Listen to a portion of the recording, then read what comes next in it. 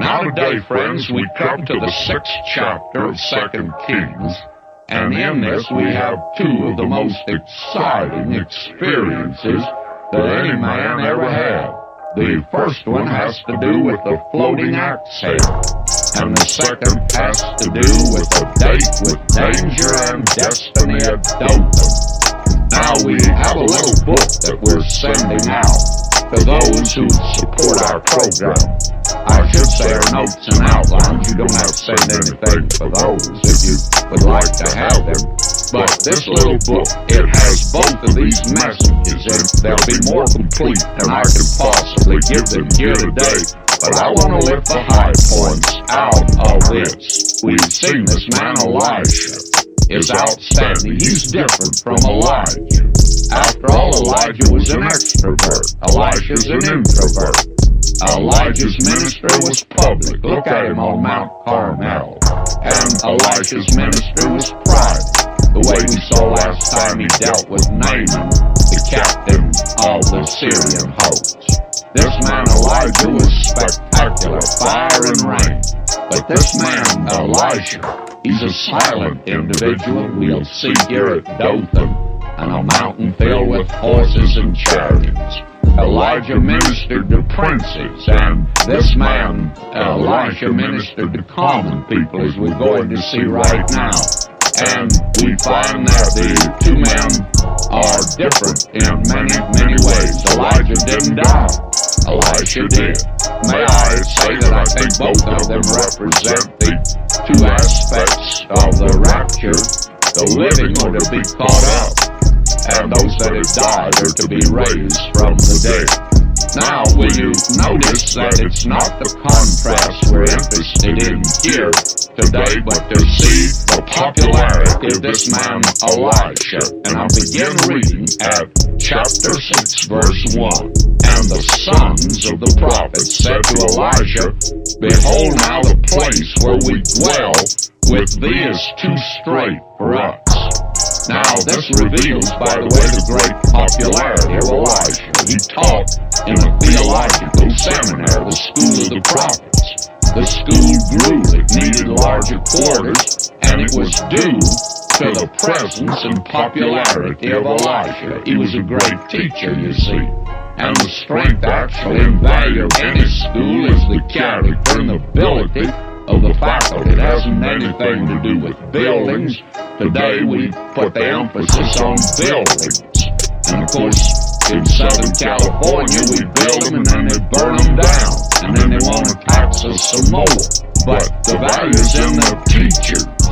And it's not the methods, but the man. It's not larger buildings, but bigger men.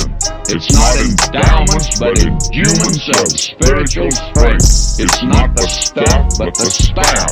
It's not money, but the moral condition. Someone said that a college was a law with John Hopkins on one end and a student on the other end. And the schools, I think, in America are not suffering from a housing shortage. They're suffering from a character shortage. And you look at the faculty that gets on TV today in their protest movements, and when I see them, I say, God pity the youth of America today. It's not more pay they need more spiritual power. Now will you notice verse 2? It says, Let us go, we pray thee, into Jordan, and take thence every man a beam, and let us make a place there where we may dwell. And he answered, Go ye. By the way, this reveals that there was a great deal of timber along the Jordan Valley. That land was timbered in that day. They wanted to go down, cut down the timber, and build a school down there. They'd have a good campus in that particular place, by the way. And this is just a personal touch, I think, now that we're coming to here. And one said, Be content, I pray thee, and go with thy servants. And he answered, I'll go. What a personal touch. Here is a professor that was really popular because he taught the Word of God. Do students ordinarily want to take their teacher with them beyond the boundary of the campus? They say no, he's either a square or he's queer or he's a brain. and any one of these would disqualify. But Elisha, they wanted to go with them. What a testimony. And Elisha went with them. So he went with them. And when they came to Jordan, they cut down wood. They got busy, you see. They went to work. And here's a student body wasn't afraid to work, and neither were the professors. That's unusual, I must confess. Now we have in verse 5, but as one was felling a beam, the axe head fell into the water, and he cried, Alas, master, for it was hard. Now that seems like a small tragedy, does it not? It's sort of much ado about nothing. It's a tempest in a teapot. And you want to know how ridiculous it is? There stands that little fella, one of the students, looking down in the muddy Jordan for the axe that went off the handle. I suppose he could sing on Jordan's stormy banks, I stand and cast a wistful eye, looking for my axe. Well, you know, this reveals something. How different this was from this man Elijah. The very interesting thing is that this fella here would have been passed by Elijah. I think Elijah would have said to him, forget it, that's too little for us to fool with. But, you know, God is concerned about the small events in our lives. We're told to pray about everything. Everything means little things, too. As someone asked the late Campbell Morgan years ago, do you think we ought to pray about the little things in our lives? And he said, Madam, can you mention anything in your life that's big to God? Well, it's all little stuff to him, but he's interested in what we call little stuff. You see, you remember when the Lord Jesus was here? The tramp and tumult of the crowd didn't drown out the cry of blind Bartimaeus. And in the crowd there on another occasion, a frail and feeble woman in the crowd touched, and he said, Who touched me? He was interested. And the psalmist says in Psalm 34:6, this poor man cried, and the Lord heard him and saved him out of all of his troubles. But actually, this is not so small. In this day of gadgets, today, it seems very small to us, but you could go down to the hardware store or one of the discount stores, and you could have replaced this very easily. But in that day, they didn't have very many axe heads, by the way. And we're told, you remember back in the days of Saul and Jonathan, it is said in 1 Samuel 13:22, so it came to pass in the day of battle that there was neither sword nor spear found in the hand of any of the people that were with Saul and Jonathan. May I say to you, there was a shortage of weapons there. And you may be sure there are not many axes around. And this fellow, the axe came off here. And he says it's borrowed. Now, most commentators have expelled this young theological student from seminary. He's a dropout. They give him 2 demerits. They say that this is carelessness. And then they say it was borrowed and he shouldn't have borrowed it. Now, I heard a man gave quite a lecture on the fact he shouldn't have borrowed it. Well, if he were guilty, why didn't Elisha, his teacher, discipline him? And Elisha, I think, absolved him of all the charges that were made against him.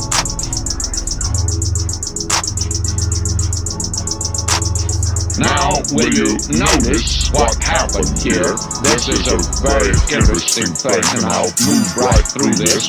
And the man of God, notice this, said, Where fell it? And he showed him the place, and he cut down a stick, cast it in thither, and the iron did swim. Now, first of all, let me say he was not careless, actually careful. You see, there was a danger of an axe head coming off. It was a dangerous weapon. And there were other students present. God had given a rule that you're to be careful about the use of that. Read Deuteronomy 19:5. This fellow had exercised utmost precaution. He aimed the axe head toward the river. He didn't aim it toward a student. That's the reason when it came off, it went into the river. A traffic officer stopped a lady that ran into another car downtown Los Angeles and said to her, Lady, you're to drive that, not aim it. Well, this theological student aimed it in the right direction, by the way. And then let's look at that matter. It was borrowed. Well, he's a poor seminary student. He couldn't afford an axe. It was sort of like owning a Cadillac convertible. And I happen to know, having been a theological student, that the old clump that I own, it barely made it out off the campus and got back in the end. You see, those of us who handle God's property and not ours. After all, whatever we've got, Paul said, what have you that you didn't receive? And we're stewards of the manifold grace of God. I hear people say, can we borrow something that belongs to the church? Well, after all, this boy here was just a poor preacher, and he probably had a neighbor that lent him to it. Now, I'd like to ask a question. I'd like to know who lent this student an old axe that was a dangerous weapon. It was apt to come off. May I say to you, I think it was a fellow in that day who today is the same fellow who thinks that if he sends his old clothing to the mission and his old Christmas cards to the missionary, he's giving God a very valuable offering. We criticize the church and we criticize missionaries for wanting this thing and that thing. Well, this student was distressed and he borrowed. And this man shouldn't have given him an old axe. I bet he kept his new axe at home. He couldn't reimburse the man, and he's not a skin doctor. He couldn't dredge the river. So Elijah says, where did it fall? Now somebody says, why did he ask that question? If he's a prophet of God, he should know. I think Elijah knew, and he knew something else too. He knew the Holy Spirit needed to make a list. And you accuse that student of carelessness? Well, my friend, if he'd been careless, he wouldn't know where it fell. The student could point right to the spot. He showed him the place. He could point right to it. Somebody says, well, we'll explain this miracle away. He saw the axe head in the water. Well, if you say that, you haven't seen the Jordan River. It's muddy. And somebody says he's just lucky. But you say that, you're rather naive, aren't you? This is a miracle. The iron did swim. We're told here, the iron did swim. And has conquered all known physical law. Since the day of John Randolph in 1834, who launched ships of iron and steel, have floated on the seven seas, and it's no miracle. But my friend, it was a miracle for an axe head on the bottom of the Jordan River to float to the top like a cork. Oh, I grant, it's not startling or sensational. It won't compare to the translation of Elijah when he stepped into a chariot of fire and sailed into space. I submit to you the miracle of the floating axe head is greater than taking off in a chariot.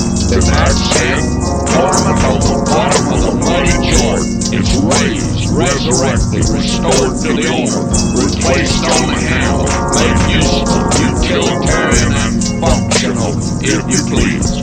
My friend, there's a marvelous lesson here. Man is like that axe head.